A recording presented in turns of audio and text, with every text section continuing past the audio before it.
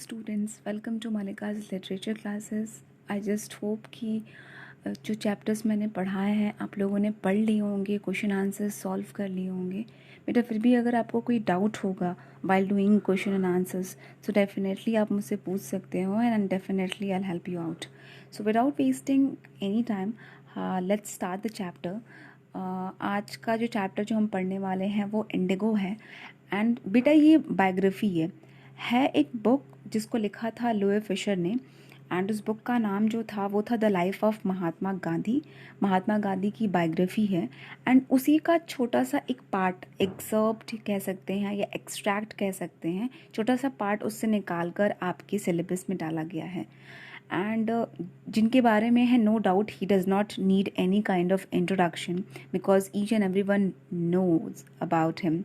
कुछ लोग नेगेटिवली देखते हैं, कुछ लोग पॉजिटिवली देखते हैं. I came across lots of persons जो गांधी जी के प्रिंसिपल्स को नेगेटिव वे में देखते हैं. बट ट्रस्ट मी बेटा, after I'll make you understand this chapter, after reading this chapter, the first thing which will come to your mind that कि ये बंदे जो भी किए होंगे ना कंट्री के बेटरमेंट के लिए किए होंगे. And personally he is one of my inspiration, जिनके बायोग्राफी पढ़ने के बाद एक चीज़ रियलाइज़ होती है कि आप लड़ सकते हो विथ पीस.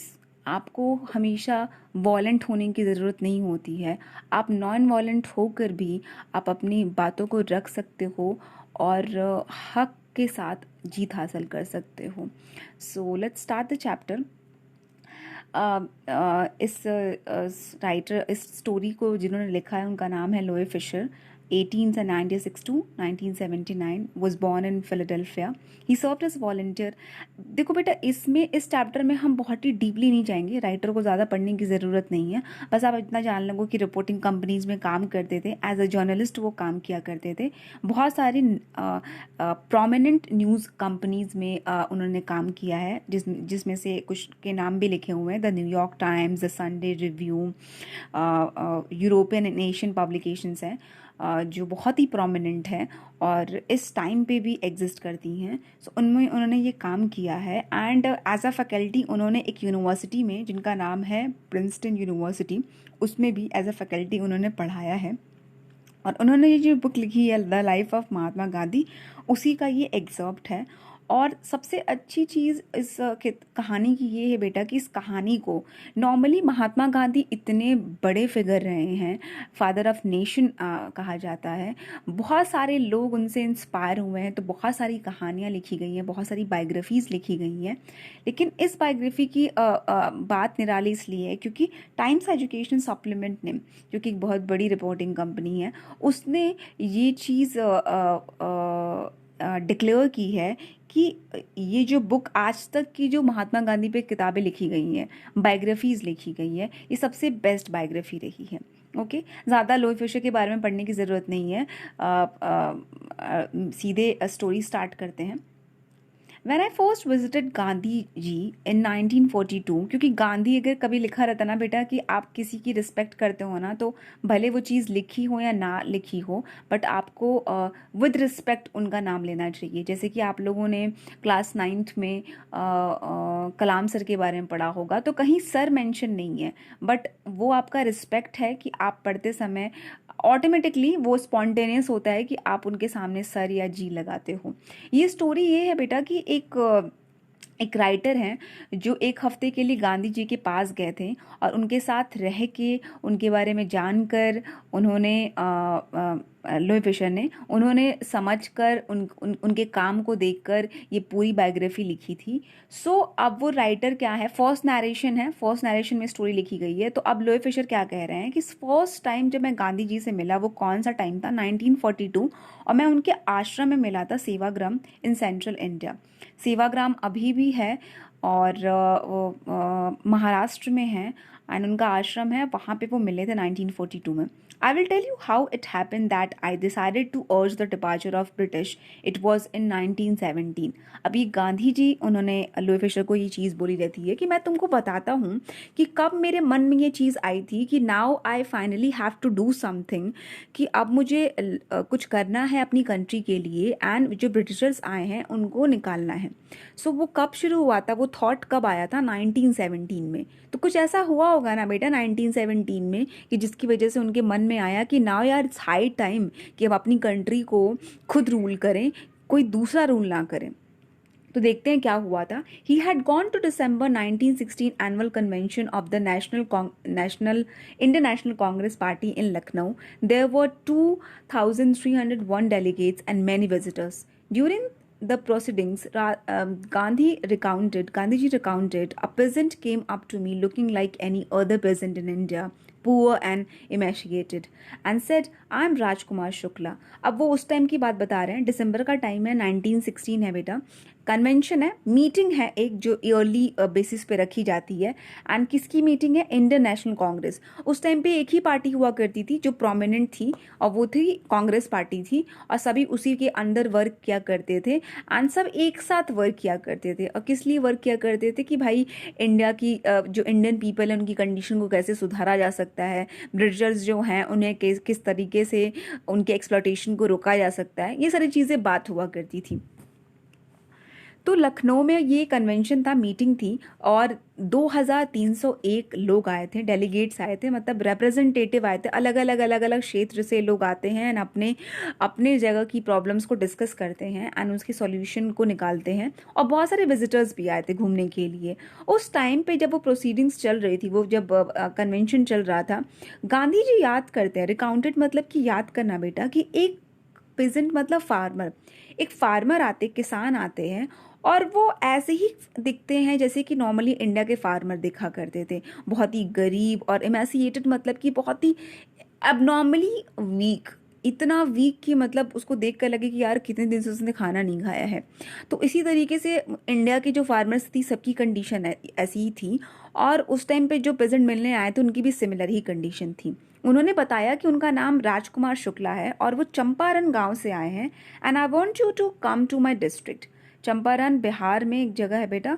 सो वहाँ से वो आए थे और उन्होंने बोला कि मैं चाहता हूँ कि आप चंपारण मेरे साथ चलो.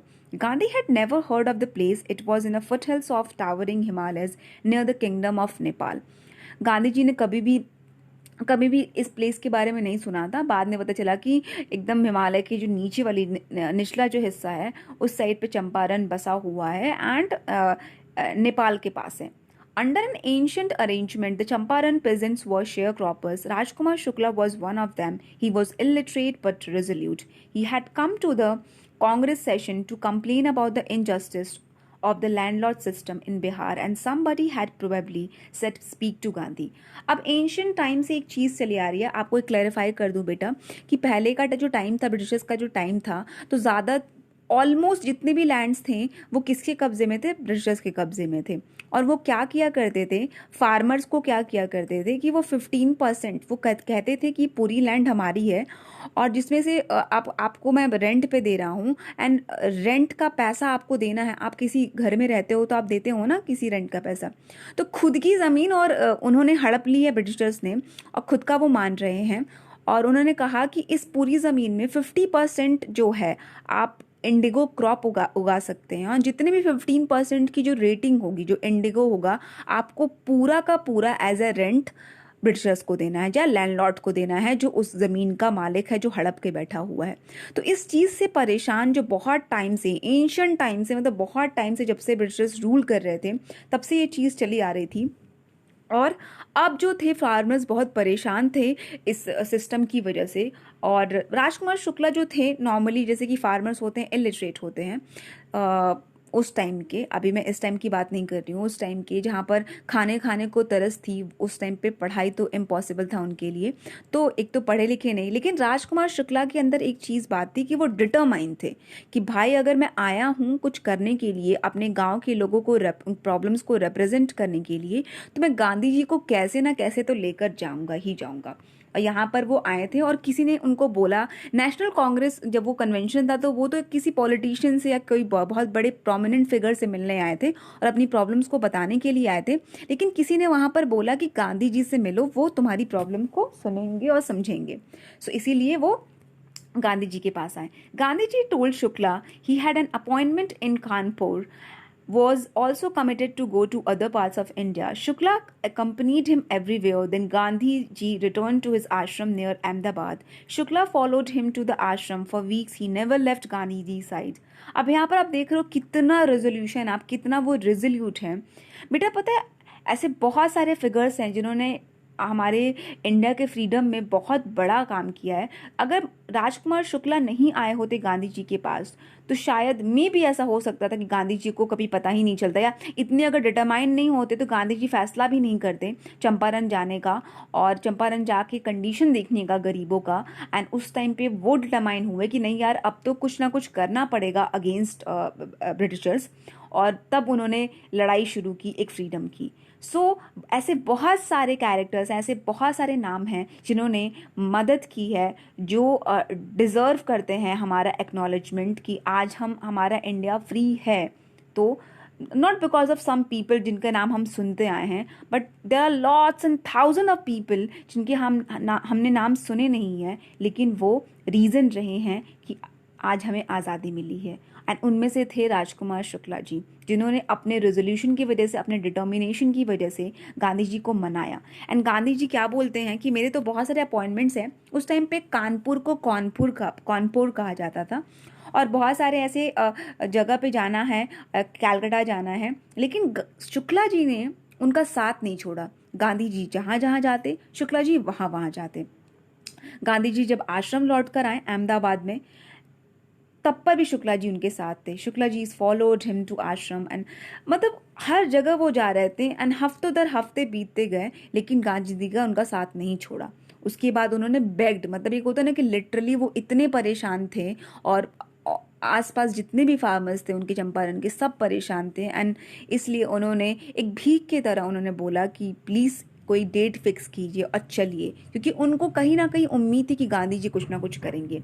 गांधी जी टोल्ड शुक्ला जी उनके रेजोल्यूशन को देखकर ही impressed by the sharecroppers' tenacity and story, Gandhi ji said, I have to be in Calcutta on such and such a date. Come and meet me and take me from there. And जिस तरह से मतलब एक होता है ना कि दृढ़ निश्चय जो था शेयर क्रॉपर का, जो कि राज शुक्ला जी थे, अरे कौन था यार, सॉरी, शुक्ला जी थे, राजकुमार शुक्ला जी थे, और उनकी स्टोरी से वो इतने इम्प्रेस हो गए थे कि बिल्कुल एकदम अड़े रहना, कि उन्होंने ये डिसाइड किया कि इस डे को मेरा कैलकाटा में मीटिंग है, और उसके बाद जब ये ख़त्म हो जाएगा तो इस डेट को तुम वहाँ पे पहुँच जाना, फिर हम साथ में चंपारण चलेंगे।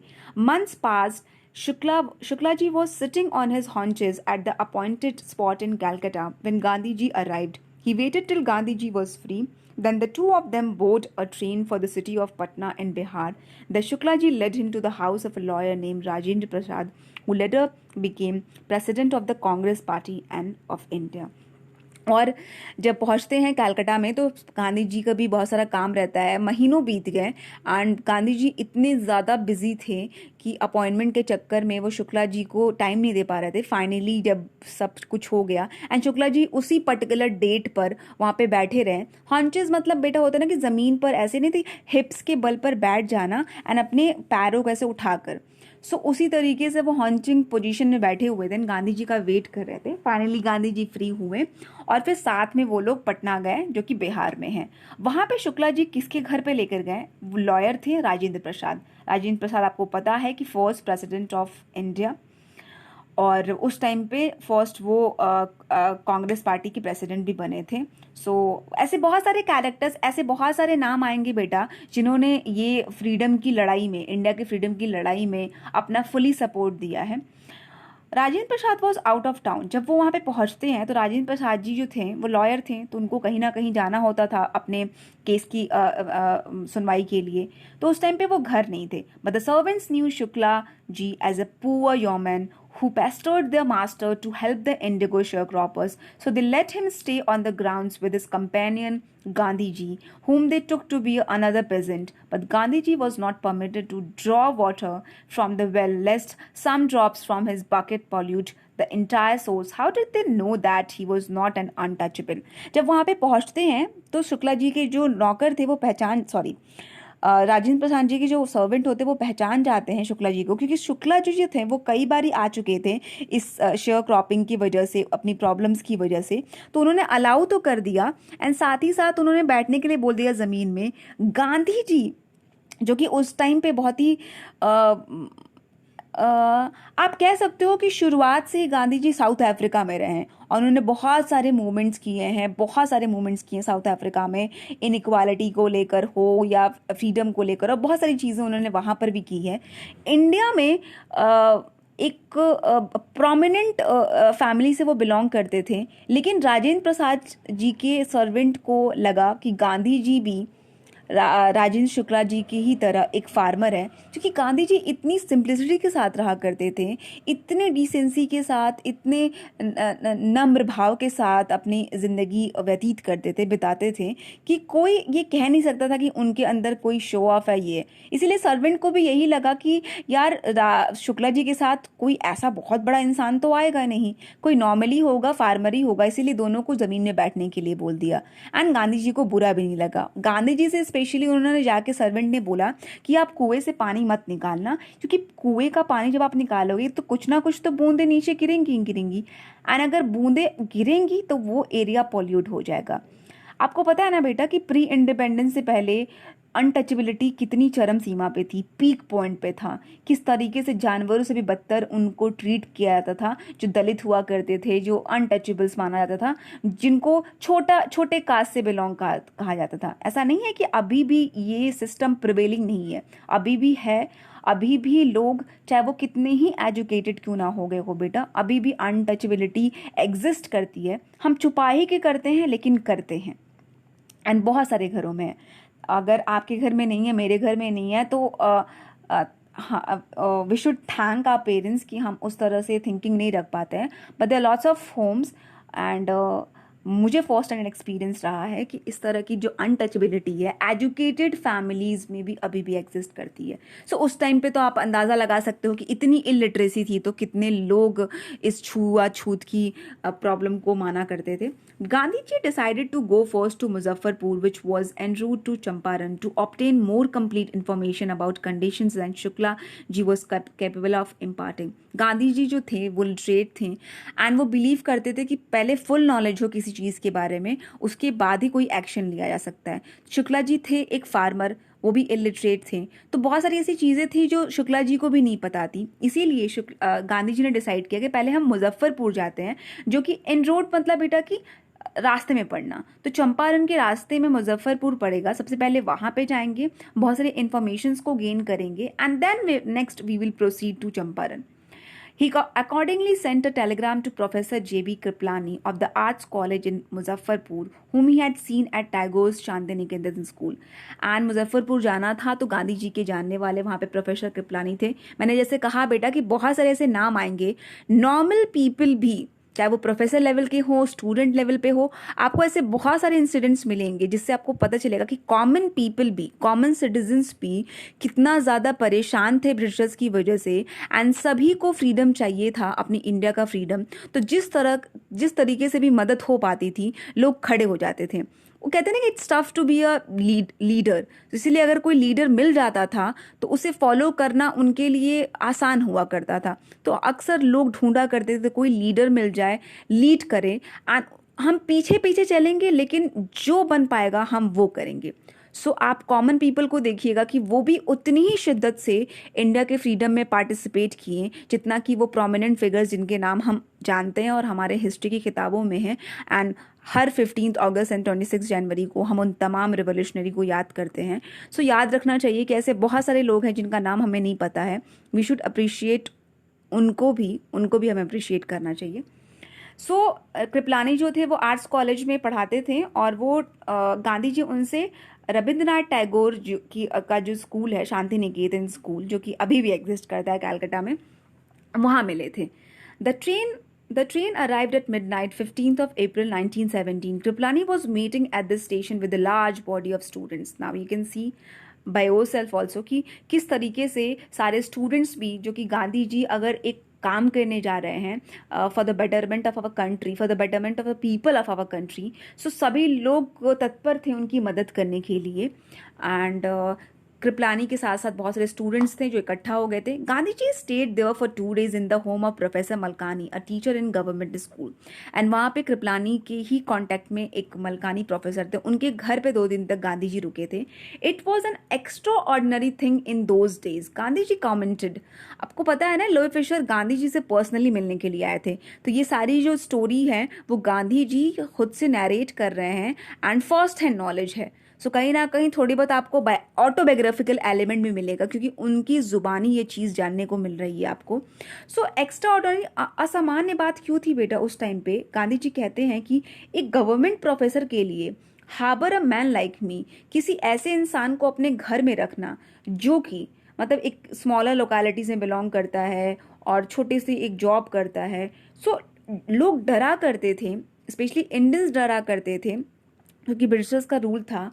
उन लोगों को पनाह देने के लिए जो लोग सपोर्ट करते थे होम रूल को, गांधी जी क्या बिलीव करते थे कि हमारी कंट्री है तो हमें ही रूल करना चाहिए. एंड ब्रिटिशर्स जो थे वो बिल्कुल इसके अपोज थे. तो कोई भी अगर ऐसे लोगों की मदद करता था जो होम रूल को प्रोपोगेट करते थे, एडवोकेट करते थे या सपोर्ट करते थे, सो उनके लिए खतरे की बात हुआ करती थी. तो अगर प्रोफेसर मलकानी ने अगर उनको पनाह दी थी तो ये खुद में एक बहुत बड़ी बात थी जिसको गांधी जी अप्रिशिएट कर रहे हैं. The news of Gandhi ji's advent and of the nature of his mission spread quickly through Muzaffarpur and to Champaran. And अब क्या हुआ, एकदम आग की तरह बात फैल गई, क्योंकि नॉर्मली बहुत कम लीडर्स थे इंडिया में उस टाइम पे जो आगे आकर और लड़ने की ठानते थे. तो गांधी जी का जब ये पता चला कि चंपारण की फार्मर्स के लिए उन्होंने कदम उठाया है, सो ये बात आग की तरह फैल गई मुजफ्फरपुर में, चंपारण में. बहुत सारे लोग फार्मर्स को पता चल गया. Sharecroppers from Champaran began arriving on foot and by convenience to see the champion. And उनको सपोर्ट करने के लिए, उनसे मिलने के लिए चंपारण से पैदल या कोई घोड़ा गाड़ी से या जिस भी तरह से जो भी कन्वेंस हो उससे लोग आना शुरू हो गए. चंपारण पहुंचना, अरे सॉरी, जहाँ पे मुजफ्फरपुर में जहाँ पे थे वहाँ पर आना शुरू हो गए, क्योंकि वो उनको मिलना था अपने हीरो से. बहुत कम ऐसे लोग होते हैं सेल्फलेस जो अपने से ज़्यादा लोगों के बारे में सोचे, एंड गांधी जी उनमें से एक इंसान थे जो लोगों के बारे में सोचा करते थे. Muzaffarpur lawyers called on Gandhi ji to brief him. And Muzaffarpur lawyer जो थे, गांधी जी ने उनको भी बुलाया. They frequently represented peasant group in court. They told them about their cases and reported the size of their fee. And Gandhi ji ने जब उनको बुलाया और पूछा कि किस किस तरह के से, तो उन्होंने बताया कि भाई हम अक्सर इनके केस जो है वो कोर्ट में लेकर जाते हैं, किस तरीके से ब्रिटिशर्स जो हैं, लैंडलॉर्ड जो हैं, वो एक्सप्लॉइट कर रहे हैं, शोषण कर रहे हैं फार्मर्स का. ट्रस्ट मी बेटा कि अगर आप लोगों ने हिस्ट्री पढ़ी होगी, मॉडर्न हिस्ट्री पढ़ी होगी, किस तरीके से ब्रिटिशर्स ने रूल किया है इंडिया में और जानवरों से भी बदतर ट्रीटमेंट दी है इंडियंस को, स्पेशली फार्मर्स ने बहुत फेस किया है. उन्हें मारा पीटा जाता था अगर वो कुछ भी बोला करते थे. उन्हें अनटचेबल्स माना जाता था. उनके हाथ से पानी भी नहीं लोग पीते थे. सो जितना भी बोलो उतना कम होगा जितनी एक्सप्लॉयटेशन उस टाइम पे फेस की है इंडियंस ने, स्पेशली फार्मर्स ने. तो जब बताया गया, लॉयर्स ने बताया कि हम तो केस लड़ते आए हैं, प्रेजेंट करते आए हैं और इतनी इतनी फीस लेते हैं. Gandhi ji chided the lawyers for collecting big fee from the sharecroppers. chided मतलब कि डांटते हैं कि गरीब से तुम इतने पैसे क्यों लेते हो, नहीं ले सकते. I have came to the conclusion that we should stop going to law courts. Taking such cases to the courts does little good. मतलब अब गांधी जी लॉयर से कहते हैं कि कोई मतलब नहीं है ऐसी कोर्ट में जाने का जहाँ पे जो अथॉरिटी है वो खुद ही जो है वो अंग्रेज हैं. तो आप उनको अगर उनके केस को लेकर भी जाते हो तो ज़्यादा से ज़्यादा इतना ही होता है कि जो पेजेंट्स है, फार्मर्स है, उनको बुरी तरह से क्रश किया जाता है, एक्सप्लॉइट किया जाता है. और फियर स्ट्रिकन मतलब कि एक तो पहले से डरे सहमे होते हैं और वहाँ पे और भी जाके डरने लगते हैं. तो कोई मतलब नहीं है इनके केस को वहाँ पे ले जाने का. जो लॉ कोर्ट्स हैं वो यूजलेस हैं. The real relief from them is to be free from fear. Gandhi ji का मकसद ये था कि सबसे पहले जो फार्मर्स के मन में डर है ब्रिटिशर्स को लेकर, सबसे पहले वो खत्म करना। अगर वो डर खत्म हो जाएगा, लोगों के अंदर एक लड़ने की क्षमता आ जाएगी कि नहीं यार, this is our country and we have to fight for our country and हम होम रूल करेंगे। सो सबसे पहली चीज़ ये लानी थी कि उनके डर को ख़त्म करना था। और अगर जिस दिन डर ख़त्म हुआ तो आधी आज़ादी तो ऐसी ही मिल जानी थी।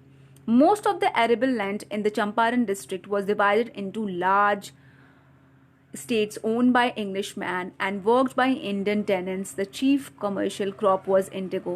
आर्डेंट यहाँ पर बेटा एरेबल लैंड मतलब कि जो उपजाऊ ज़मीन होती है चंपारण की, वो बहुत जो बड़े बड़े जो लैंडलॉर्ड्स थे उनमें डिवाइडेड थी, और जो इंडियंस थे वो टेनेंट्स थे। उनकी ज़मीन थी पहले, बट हड़प कर उन्होंने अपने नाम कर लिया था। एंड नाउ जो इंडियंस थे वो सिर्फ रेंट पे रहते थे, वो सिर्फ किराएदार थे। द चीफ कमर्शियल, उस टाइम पे जो सबसे ज़्यादा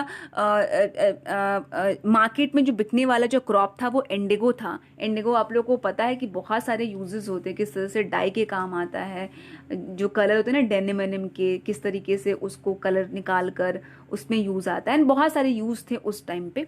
the landlord compelled all the tenants to plant 3/20 or 15% of their holdings with indigo and surrender the entire indigo harvest as rent. This was done by long-term contract. जैसे मैंने आपको बताया कि लैंड का जो 15% है वहाँ पे उनको इंडिगो जो है वो उगाना है, और वो जितने भी इंडिगो हैं, जितने भी फसलें हैं, उनको बेच देना है फ्री ऑफ कॉस्ट। रेंट यही होगा वो जो इंडियंस हैं उनका। सो किस तरीके से एक्सप्लॉइट किया जा रहा है बेटा कि उनकी क्रॉप, और उन्हीं में से उनको कुछ हिस्सा नहीं मिलता था, क्योंकि सारी चीज़ें कौन ले जाता था? लैंडलॉर्ड ले जाते थे। एंड ये बहुत टाइम से चला आ रहा था, लॉन्ग टर्म कॉन्ट्रैक्ट था। Presently the landlords learn that Germany had developed synthetic indigo. They thereupon obtained agreements from the sharecroppers to pay them compensation for being released from the 15% arrangement. अब यहाँ पर क्या है बेटा कि राजकुमार शुक्ला किस लिए गए थे? अभी ये अब मेन पॉइंट आता है कि अभी तो बहुत टाइम से चल रहा था 15% देने का, कि भाई देना है और फिर और कोई ऑप्शन नहीं है। लेकिन अब क्या लैंडलॉर्ड को पता चल गया था कि जर्मनी में लोगों ने इंडिगो, मतलब एक होता है ना कि ओरिजिनल वे में नहीं, बट थ्रू सम टेक्निक्स उन्होंने इंडिगो खुद ही बनाना शुरू कर दिया है। और इसलिए उन्होंने क्या किया, इस चीज़ का फ़ायदा उठाया और शेयर क्रॉपर्स को बोला, दिखावा किया उनके सामने कि एक काम करते हैं कि तुम्हें हम माफ़ कर देते हैं, तुम्हारा जो इंडिगो है एज ए रेंट हम नहीं लेंगे, लेकिन इस चीज़ को छोड़ने के लिए हमें भारी से भारी रकम चाहिए। तो आप देख रहे हो ना कि जो क्रॉप्स थे वो कहाँ बेचे जाते थे? बड़े बड़े कंट्रीज़ में, जहाँ पे जर्मनी में ट्रांसपोर्टिंग हुआ करती थी, ट्रेडिंग हुआ करती थी। जब लैंडलॉर्ड्स को पता चला कि भाई अब तो इंडिगो कुछ काम नहीं आएगा, अब वो चीफ कमर्शियल कोई क्रॉप नहीं रह गया, अगर मार्केट में भी आएगा तो उसका कुछ रेट नहीं मिलेगा, क्योंकि बाहर के जो कंट्रीज़ के जो लोग हैं उन्होंने इंडिगो बनाना खुद सीख लिया है। तो इन्होंने एक बिट्रे किया लैंडलॉर्ड को। उन्हें लगा कि ये इलिटरेट है, इनको पता नहीं चलेगा। उन्होंने कहा कि ठीक है, एहसान कर दे रहे हैं, तुम्हारा 50% छोड़ दे रहे हैं, लेकिन इसके बदले तुम्हें रकम देनी होगी। The sharecropping arrangement was irksome to the peasants and many signed willingly. अब जैसा कि irksome मतलब बेटा कि बहुत ही अनोइंग था ये सारा जो सिस्टम चल रहा था बहुत टाइम से, तो बहुत सारे फार्मर्स को लगा कि अच्छा ही है यार, एक ही बारी रकम दे देंगे भारी सी, और फिर हमारा जो इंडिगो का जो क्रॉप है वो आराम से बिकेगा और उसके पैसे सिर्फ हमें मिलेंगे। तो कुछ लोगों ने अच्छे से साइन कर दिया, विलिंगली मतलब कि भाई अपने मर्जी से साइन कर दिया, लेकिन कुछ लोगों ने इसका इनकार कर दिया और लॉयर्स को हायर करना शुरू कर दिया कि हमारे पास पैसे नहीं है कि हम लैंडलॉर्ड्स को दे पाए। The landlords hire thugs, and जो पैसे नहीं दिया करते थे लैंडलॉर्ड ने गुंडों को हायर कर लिया, थग्स को हायर कर लिया एंड पिटवाने लगे। Meanwhile the information about synthetic indigo reached the illiterate peasants who had signed and they wanted their money back. और उसी बीच में ये खबर फार्मर्स को पहुंच गई कि असल जो रीज़न था लैंडलॉर्ड को पीछे हटने का, उनकी ज़मीन को, उनके इंडिगो को माफ़ करने का, वो यही था कि भाई अब जो जर्मनी है वो इंडिगो खुद से बनाने लगी है, और अब जो मार्केट वैल्यू है इंडिगो की वो एकदम ना के बराबर हो गई है।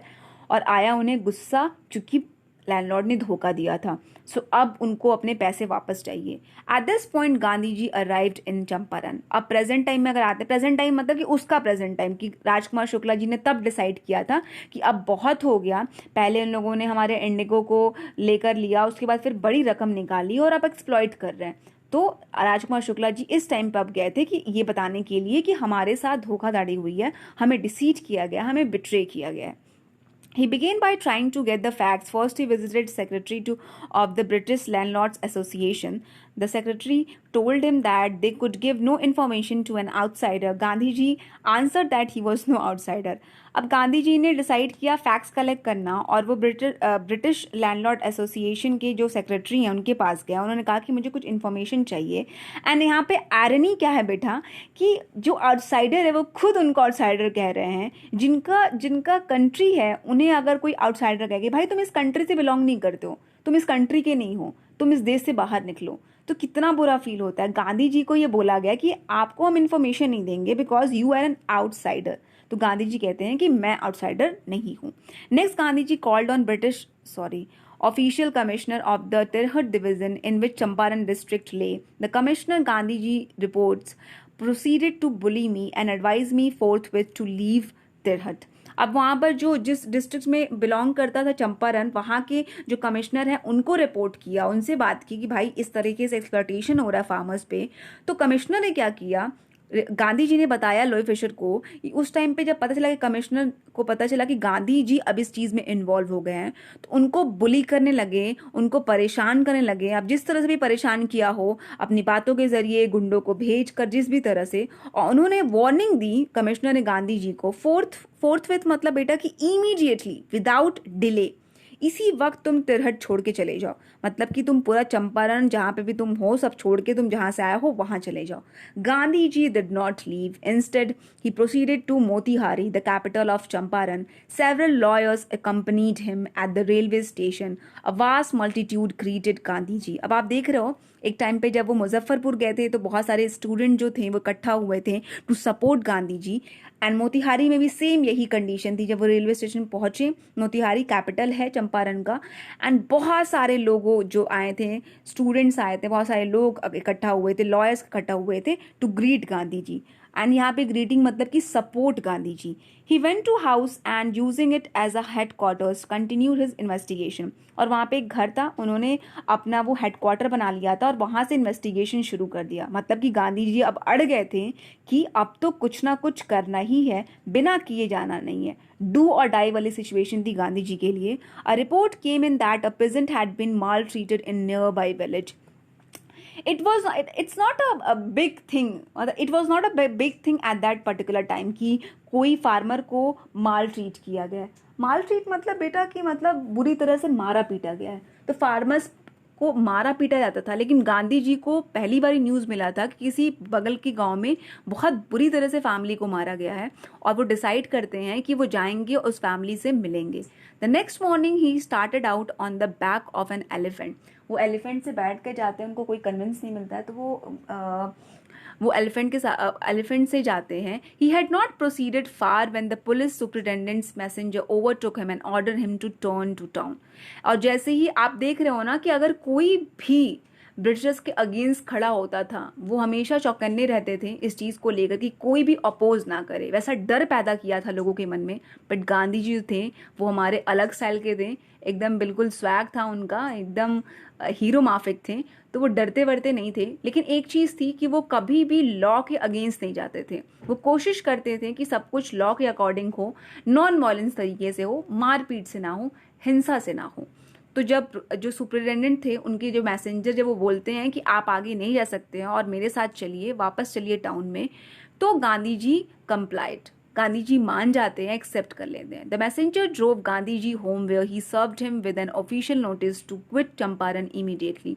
एंड वहाँ पे भी गांधी जी को नोटिस मिलती है कि चंपारण तुरंत छोड़ कर जाइए, क्योंकि ब्रिटिशर्स को ऐसा लगने लगा था, थोड़ा ही सही, लेकिन लग रहा था उनको कि गांधी जी जो थे वो चेंज ला सकते थे लोगों के मन में, क्योंकि इतने बड़े लेवल पे किसी को सपोर्ट नहीं मिला था जो गांधी जी को मिल रहा था जब ब्रिटिशर्स रूल कर रहे थे। तो स्टेशन हो या कहीं पे भी जब गांधी जी जाते थे तो लोग इकट्ठा हो जाया करते थे एंड गांधी जी को लोग हीरो मानने लगे थे, उनको अडोर करने लगे थे, उनकी रिस्पेक्ट करने लगे थे।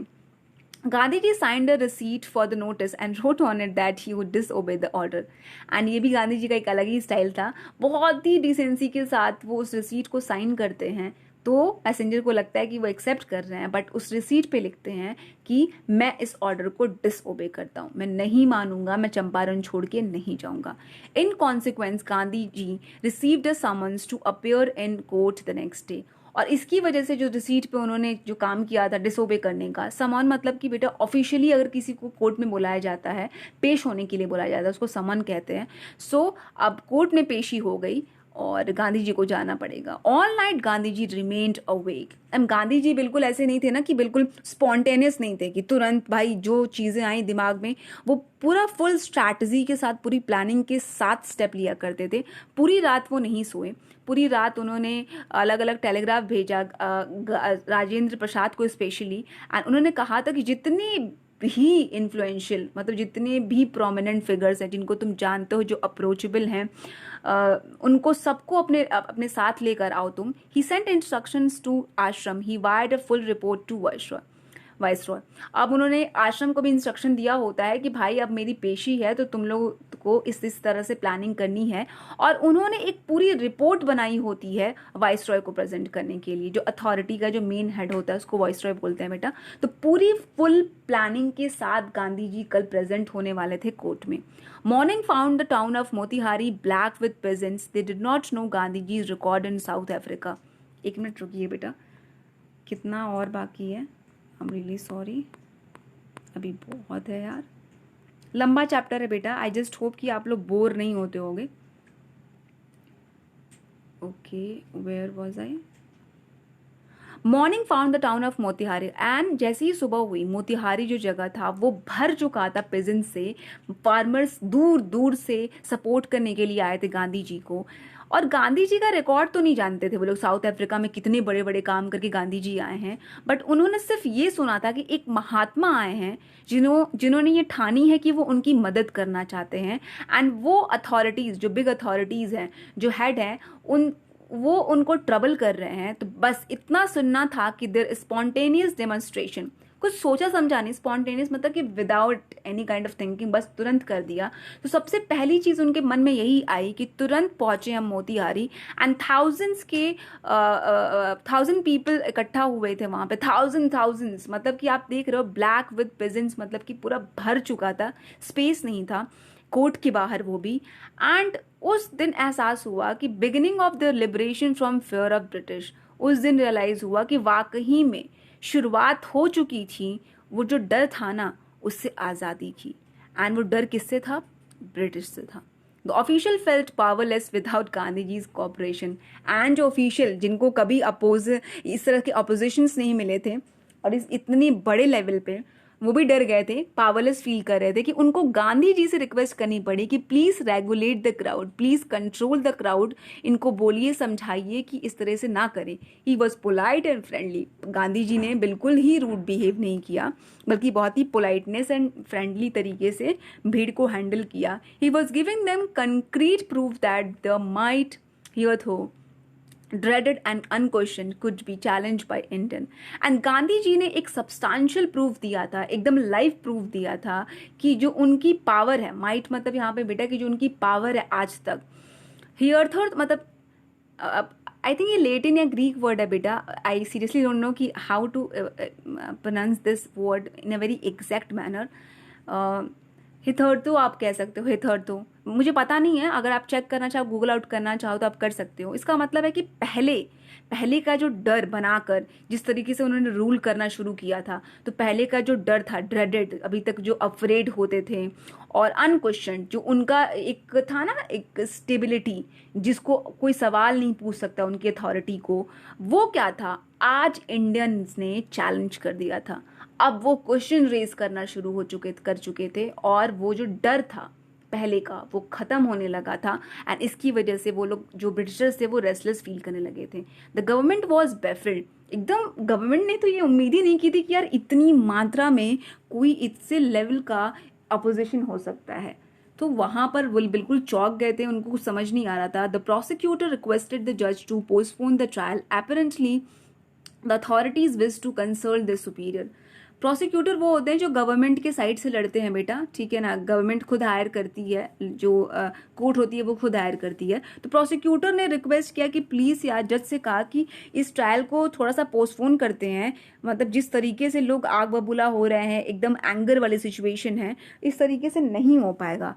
तो अब जो अथॉरिटीज़ थे वो भी एकदम परेशानी में आ गए थे. उन्होंने कहा कि थोड़ा सा हमें बात करनी पड़ेगी, अपनी जो सुपीरियर लोग हैं उनसे हम डिस्कस कर लें एंड देन हम पोस्टपोन करने का सोचते हैं.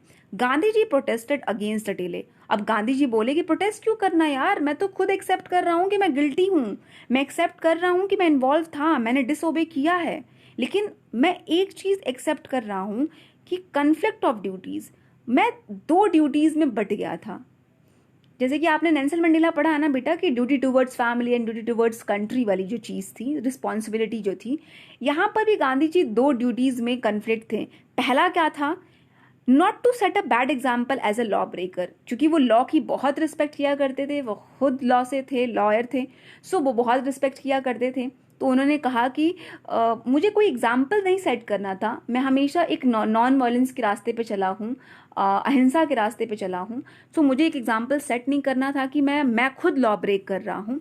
On the other hand, to render the humanitarian and national service for which he had come. और ऑन द अदर हैंड क्या था कि मुझे डिलीवर करना था, रेंडर मतलब कि डिलीवर करना, कि जो ह्यूमैनिटेरियन एंड नेशनल सर्विस है, मतलब जो भी इंसानियत के नाते जो आप काम करते हो, या जो कंट्री के लिए आप जो सर्विस प्रोवाइड कर रहे हो, उसका मुझे एक स्पीच मतलब एक एग्जाम्पल डिलीवर करना था, कि मैं इसीलिए आया ही था, to do something for humanity, to do something for my country. तो एक साइड तो था कि लॉ ब्रेक नहीं करना है, लेकिन अगर मुझे ह्यूमैनिटेरियन कोई काम करना है या नेशनल से रिलेटेड कुछ काम करना है, कंट्री से रिलेटेड कुछ काम करना है, तो I have to break law. So मैंने लॉ तो ब्रेक किया है. For which he disregarded the order to leave. और पता है उन्होंने एक्सेप्ट किया कि हाँ, मैंने एक्सेप्ट नहीं किया, मैंने डिसओबे किया कि मैं छोड़ के नहीं जाऊंगा Champaran, not for want of respect of lawful authority. ऐसा नहीं था कि मुझे कोई रिस्पेक्ट चाहिए थी अथॉरिटी से कि भाई तुम तो कितने महान हो, नहीं नहीं, मैंने ओबीडियंस में भी हो सकता है कि मैंने डिसओबीडियंस किया, मैंने बात नहीं मानी लॉ की, बट मैं ओबीडियंट था उस हायर लॉ के प्रति, जो कि सबसे बड़ा लॉयर है, जो कि सबसे बड़ी अथॉरिटी है, एंड वो है मेरा द वॉइस ऑफ कॉन्शियंस, मेरे दिल की बात, मेरे मन की बात. अगर मैं चंपारण छोड़ के चला जाता ना, तो शायद मैं एक छोटे सा अथॉरिटी को खुश कर सकता था, लेकिन जो हायर अथॉरिटी थी, जो हायर लॉ था, उसको मैं नाराज कर देता. और वो क्या था, जो मेरे मन का जो मन की आवाज़ थी मेरी, कि to do something for country, to do something for humanity, वो मैं निग्लेक्ट कर लेता. इसीलिए मैंने डिसओबे किया इस जो आप लोगों ने नोटिस भेजा था उसका. ही आज द पेनाल्टी ड्यू. इवन उन्होंने कहा कि अगर आपको जेल में डालना है या आपको पैसे चार्ज करने हैं, सब कर लो, क्योंकि मैंने डिसओबे किया है. सो आप देख रहे हो कितनी पोलाइटनेस थी गांधी जी के अंदर, कि उन्होंने कितनी ही बखूबी तरीके से लॉ को भी समझाया, उनके तो टूवर्ड्स भी रूड नहीं हुए, और जितने लोग आए थे उनको भी एक परफेक्ट एग्जाम्पल सेट करके दिखाया कि अगर आप किसी चीज़ के लिए लड़ रहे हो, some kind of justice, so you don't have to be violent all the time, जो कि नॉर्मली होता है. हम वेपन उठाने लगते हैं लड़ने के लिए, आप पीसफुली भी लड़ सकते हो, एंड इसका सबसे बड़ा एग्जाम्पल गांधी जी ने दिया है. The magistrate announced that he would pronounce sentence after 2-hour recess and asked Gandhi ji to furnish bail for those 120 minutes. Gandhi ji refused. The judge released him without bail. अब गांधी जी को कहा जाता है कि भाई 2 घंटे लगेंगे, तब तक आप एक काम करो, आप बेल के लिए अप्लाई कर सकते हो. बट गांधी जी जो थे हमारे, वो बिल्कुल थे एकदम हीरो टाइप के, वो बिल्कुल ऐसा नहीं था कि झुकने वाले थे. तो उन्होंने बोला कि ना ना ना, मुझे बेल वेल नहीं चाहिए, मैं इंतज़ार कर लूँगा. एंड अथॉरिटी ने बिना बेल के उनको छोड़ दिया कि 2 घंटे के लिए. When the court reconvened, फिर से जब कोर्ट फिर से रीस्टार्ट हुआ, जज said he would not deliver the judgement for several days. अब यहाँ पे जो अथॉरिटी थी वो डर गई थी गांधी जी एंड गांधी जी के जो फॉलोअर्स थे उनसे, और उन्होंने डिसाइड किया कि आज के दिन हम कोई फैसला नहीं सुनाएंगे। Meanwhile he allowed Gandhi ji to remain at liberty, and जब तक सुनाएंगे नहीं फैसला तब तक गांधी जी आज़ादी के साथ रह सकते हैं, जेल में रखने की ज़रूरत नहीं है। Because they knew very well कि अगर गांधी जी जेल में गए तब क्या होगा, तब बवाल होगा, तब कहीं ना कहीं एक वॉर छिड़ेगी, एंड वो वॉर वो अपोजिशन अब अफोर्ड नहीं कर सकते थे। वो अभी खुद डरे हुए थे, बैफलमेंट में थे, शॉकिंग पोजीशन में थे कि यार इतने कम दिनों में ऐसा कैसे पॉसिबल हो सकता है कि जो इंसान डरा करता था, शिवर किया करता था, आज हमारे अगेंस्ट वो खड़ा है एंड सपोर्ट कर रहा है गांधी जी को। Rajendra Prasad, Brij Kishore Babu, Maulana Mazharul Haq, and several other prominent lawyers had arrived from Bihar. They conferred with Gandhi ji. What would they do if he was sentenced to prison? अब ये जितने भी लोगों के नाम है बेटा, ये सभी लोगों ने फ्रीडम, इंडिया की जो फ्रीडम है दिलाई है, उनमें ये उन्होंने पार्टिसिपेट किया था। तो ये तमाम जो नाम है आप लिख सकते हो अपने आंसर्स में, एंड ऐसे भी नाम लिख सकते हो जिनके नाम इसमें मेंशन नहीं है लेकिन आपको पता है कि they are the reasons, actually में अभी भी वो एग्जिस्ट करते हैं हमारे दिल में। That's why I am using the are verb, कि अभी वो एग्जिस्ट करते हैं, कि वो रीज़न है हमारे फ्रीडम के। तो ये सब लोग हमारे, यानी ये बहुत बड़े उस टाइम के प्रोमिनेंट लॉयर, बहुत ही महान लॉयर्स हुआ करते थे। उन्होंने जब वो बिहार से जब आए गांधी जी से मिलने के लिए, कन्फर्ट मतलब कि डिस्कशन करने के लिए, तो वो पूछते हैं कि गांधी जी पूछते हैं कि अगर मैं जेल चला जाऊंगा तो तुम लोग करोगे क्या? द सीनियर लॉयर रिप्लाइड, अब वहाँ के एक सीनियर लॉयर थे उनमें से, उन्होंने ये बोला कि भाई आप ही से हम एडवाइस लेते हैं, आप ही की तो हम हेल्प करने के लिए आए हैं। अगर आप जेल में चले जाएंगे तो फिर तो कोई हमें एडवाइस देने वाला होगा नहीं, तो हम फिर घर चले जाएंगे। What about the injustice to the sharecroppers, Gandhi ji demanded. अब गांधी जी एकदम शॉक पोजीशन में पूछते कि तो फिर शेयर क्रॉपर्स का क्या होगा? हम एक आइडिया के लिए लड़ रहे हैं, हम एक ऐसे लोगों के लिए लड़ रहे हैं जो बहुत सालों से एक्सप्लॉइट होते आए हैं। So it's not about me कि अगर मैं जेल में चला गया तो तुम सब कुछ छोड़ के चले जाओगे। सो अब वो पूछते हैं कि भाई अगर मैं चला गया तो उनका क्या होगा? फिर लॉयर्स क्या करते हैं, विड्रू द कंसल्ट, मतलब थोड़ा सा वो जो कंसल्टेशन होता है उनको ख़त्म करके साइड में आते हैं और खुद में बात करते हैं। और राजेंद्र प्रसाद जो थे वो उस जो वो डिस्कशन करते हैं, उन्होंने एक अपशॉट लिया होता है। अपशॉट मतलब कि कंक्लूजन पे पहुंचते हैं, जो कंसल्टेशन उन्होंने एक दूसरे में की होती है। एंड अपशॉट क्या होता है, कंक्लूजन क्या होता है, निर्णय क्या निकलता है, कि राजेंद्र प्रसाद कहते हैं दे थॉट अमॉन्ग देमसेल्फ, जब वो एक दूसरे में बात करते हैं, Gandhi ji was totally stranger. तब वो एक दूसरे से कन्फेस करते हैं कि गांधी जी कंप्लीटली स्ट्रेंजर है, फिर भी वो प्रिजन जाने को तैयार है for the sake of peasants, farmers के लिए। हम तो ऑन द अदर हैंड, हम तो रेजिडेंट्स हैं, यहाँ के रहने वाले हैं और जस्ट बगल के डिस्ट्रिक्ट से बिलोंग करते हैं, एंड हमने कई बारी केस में उनका केस भी लड़ा है। अगर गांधी जी एक अननोन पर्सन पेजेंट्स के लिए इतना बड़ा सैक्रिफाइस कर सकते हैं तो हम भी कर सकते हैं। सो अगर हम घर जाते हैं सो हमारे साइड से ये एक शेमफुल डिजर्शन होगा, ये शेमफुल एक्ट होगा हमारी तरफ से, अगर हम ये एक क्या कह सकते हैं, I just forgot the particular Hindi word. बस हमारी तरफ से यार ये इससे छोटी बिहेवियर कुछ नहीं हो सकती है कि हम इनजस्टिस के खिलाफ लड़ने के बजाय हम क्या किए, हम पीछे हट गए। अगर हम लॉयर्स होकर ही अगर पीछे हटेंगे तो फिर कौन लड़ेगा? I think that's it for today बेटा। लेंथी चैप्टर हो गया, एंड रिमेनिंग चैप्टर हम दूसरे पार्ट में कवर करेंगे। आई जस्ट होप कि आप लोगों को लाइन बाय लाइन क्लियर होगा। जो डिफिकल्ट वर्ड्स आ रहे हैं आप उसको अंडरलाइन करके उसकी मीनिंग लिख रहे हो। That's it for today, and always remember बच्चा, before ending this video, always remember कि लीडरशिप जितनी इम्पैक्टिव होगी, जिस तरह से गांधी जी की लीडरशिप थी, अगर इस तरह की लीडरशिप हो ना तो can be overcome all kinds of hurdle. किसी भी तरह के प्रॉब्लम्स, परेशानियों से हम क्या बोलते हैं, डील किया जा सकता है अगर जो लीडर हो हमारे वो इस तरीके के हो। तो गांधी जी विदाउट मतलब थिंकिंग अबाउट हिमसेल्फ, अपने बारे में ना सोच के वो दूसरों के बेटरमेंट के बारे में सोच रहे थे, और इतनी ब्यूटीफुली, इतनी डिसेंसी के साथ, इतनी पोलाइटनेस के साथ वो लीड कर रहे थे लोगों को।